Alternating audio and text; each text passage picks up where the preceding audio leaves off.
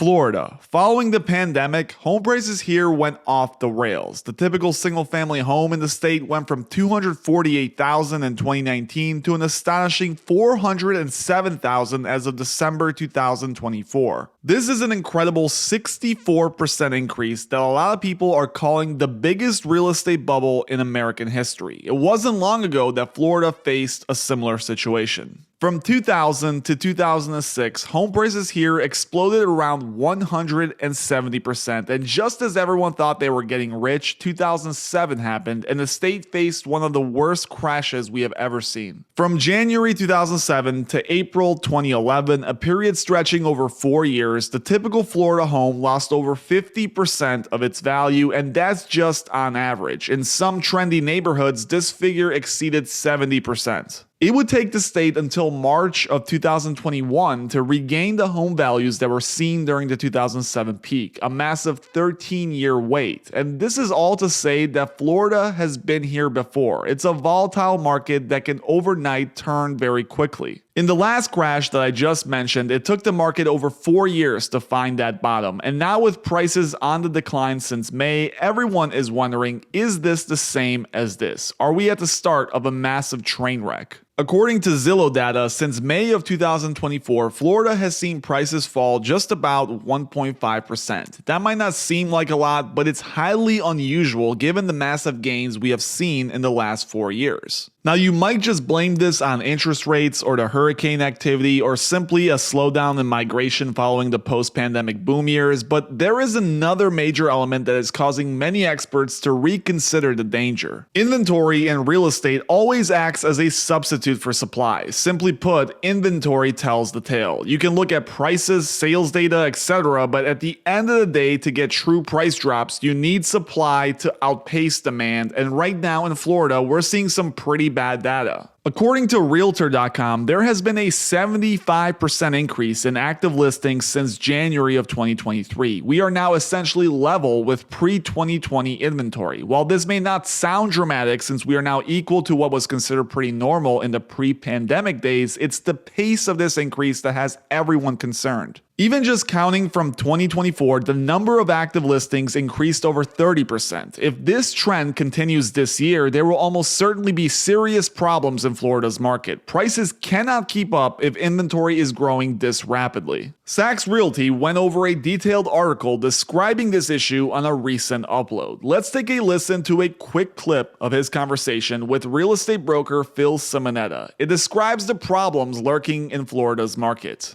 The trends have gone, it's gotten worse. Yeah. And some of it is, some properties I've seen have been taken off the market during the holiday season. And now we're seeing them come back on again. But anyway, single family houses, Florida here, 43.8% year over year increase. This is really alarming because I know Florida is riddled with condos and townhouses, but we're over 7.4 months supply. This is in September. It's probably 9 or 10 months or a year's supply right now. Maybe we'll get into that when you show us. This is an 80.5% year over year increase. This is alarming because once you get over 6 months of supply, it really is no longer a neutral or a balanced market. It's a buyer's market. So as you just heard from Saks Realty, the supply situation is shocking in Florida. Inventory is rising at rapid pace, and once you cross the infamous 6 months of supply threshold, the pressure on prices becomes overwhelming in most instances. Now that we're approaching and even exceeding this line in many areas, the probability of a crash greatly increases. This is especially true when you consider just how out of whack prices in the Sunshine State have gotten. For nearly 30 years, prices closely track the inflation rate.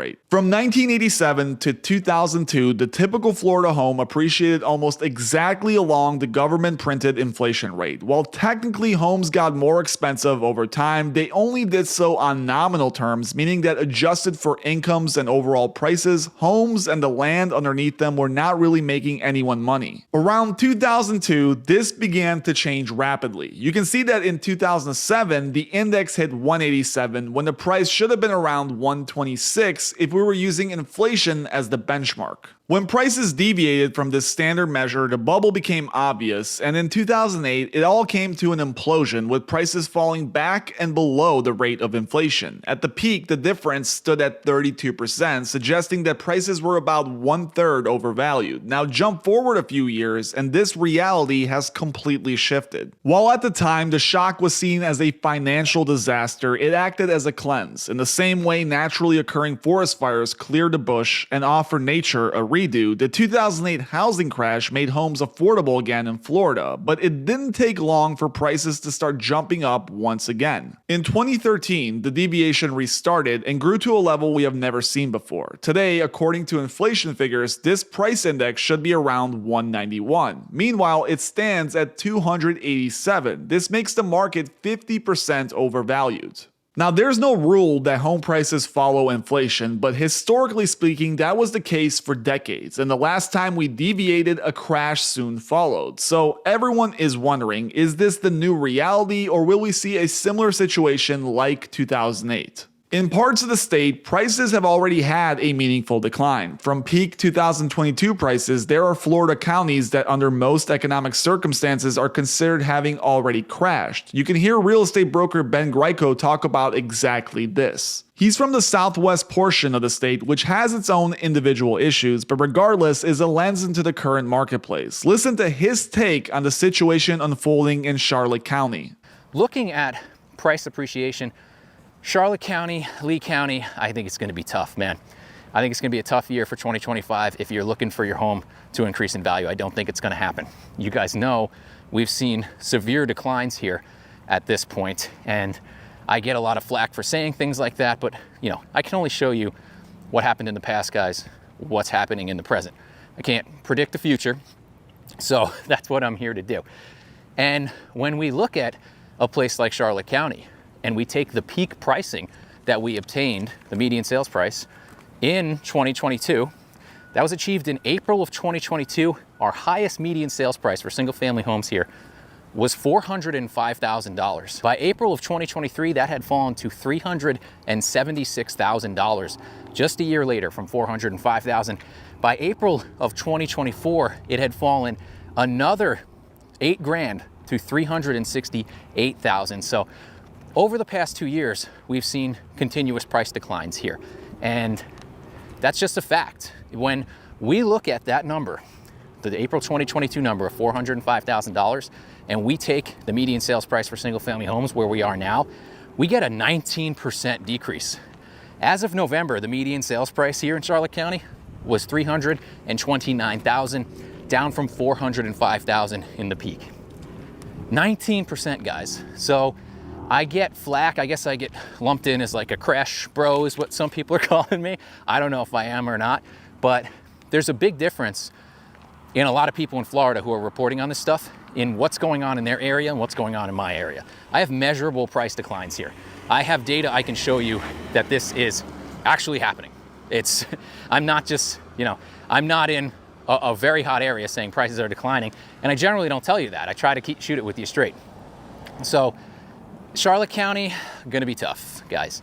I think it's going to be a tough year. We have a ton of inventory coming on. We had Hurricane Ian 2 years ago that really pushed an exodus here. Now we just had 2 back-to-back hurricanes that's doing it again, and we already have elevated inventory. Currently, if you go by the MLS in Charlotte County, we have 12 months supply of inventory for single-family homes. So between the rising inventory, the clear deviation from historical prices, and a wide range of other issues including hurricanes and absurd insurance costs, Florida is a market that in many localized spots is already seeing massive declines. Where it goes from here, nobody knows, but there is historical evidence that suggests that this line will likely revert towards the historical mean. Thank you guys for watching. As always, please make sure you hit that like and subscribe button if you enjoyed it.